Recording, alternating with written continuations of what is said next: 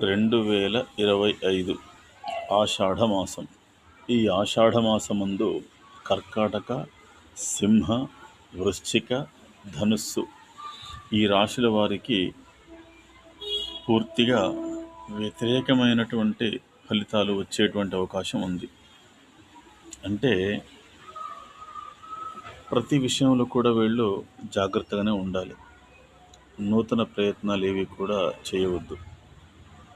జరుగుతున్నటువంటి వృత్తి, ఉద్యోగ, వ్యాపార వ్యవహారాలను అలాగే కొనసాగిస్తుండవచ్చు. అందులో ఎలాంటి సందేహం అవసరం లేదు.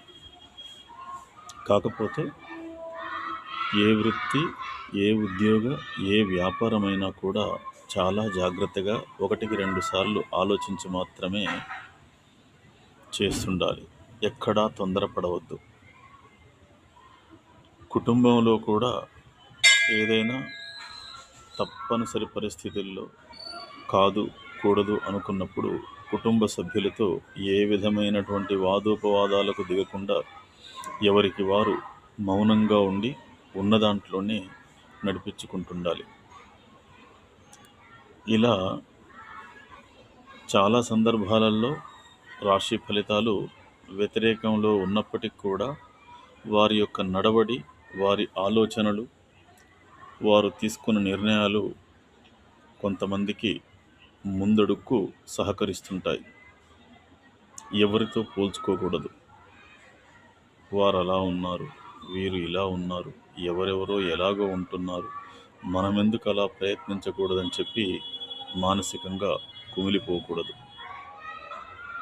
అంతా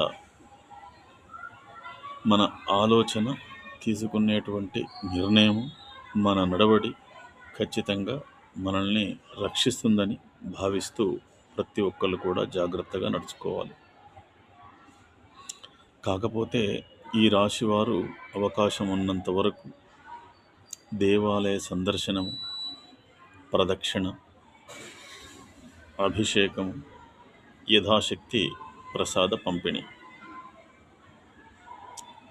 ఆ దేవుడు ఈ దేవుడు అని కాదు, ఎవరికి ఇష్టదైవం ఎవరైతే ఉంటారో ఆ దేవాలయాలకు వెళ్ళి అభిషేకం చేయించుకొని, ప్రదక్షిణ చేసుకొని, అర్చన చేయించుకొని, సరే యథాశక్తి దక్షిణ సమర్పణతో పాటు ఆ దేవాలయానికి వస్తున్నటువంటి భక్తులకు ప్రసాదం, అది దద్దోజనం కావచ్చు, పులిహోర కావచ్చు, పరమాన్నం కావచ్చు, ఏదైనా చేసి పంచిపెట్టడం వల్ల శుభం కలుగుతుంది. అనుమానం అవసరం లేదు.